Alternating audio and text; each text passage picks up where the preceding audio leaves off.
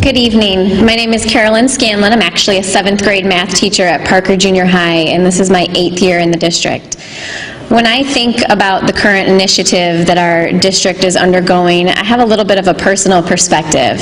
I think of my 2 young children who are 3 and 5 years old, who are just beginning their educational journeys.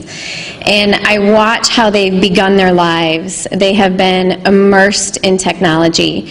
From birth, they have seen iPads, they have seen iPhones, they have seen computers, laptops, even DVR.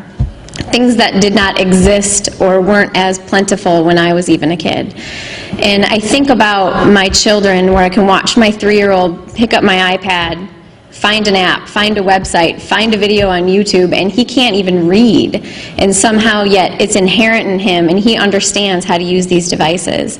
So I can't imagine my own children or anybody's children who has the opportunity to see these devices, not necessarily have them at school. And it's one of the things that our initiative is bringing to our district.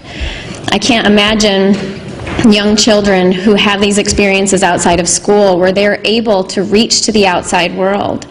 They're participating in, they're creating, they're publishing, they're making videos and games and stories and videos online.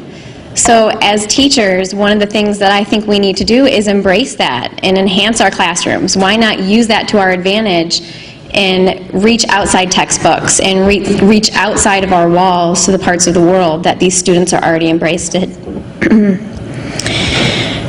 Not only do we need to keep in mind where our students are coming from when they enter our district and what access they've had to these tools, but we also need to think about where they are headed when they leave our district. I think about when I left high school and I entered college. I was 18, and the University of Missouri where I attended was just releasing email. I actually just told my students that the other day, and they could not believe that I didn't even know what email was until college. They asked me, well, how did you keep up to date? How did you talk to people? How did you communicate? I said, well, the same way my parents did. I picked up a phone or I drove to somebody's house if I needed to know the information. They didn't quite understand, but I think they kind of got it.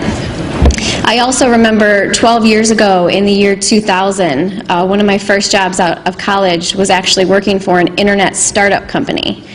So if you think about that, that was just 12 short years ago. The internet was just beginning, and this was a new model in the business world.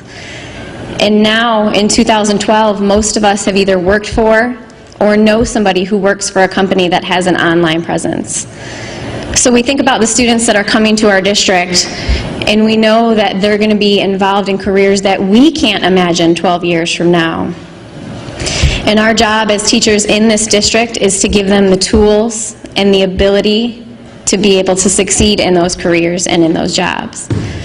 And one of the things we are doing as teachers together is helping our students to become engrossed in some of those 21st century learning skills from day one.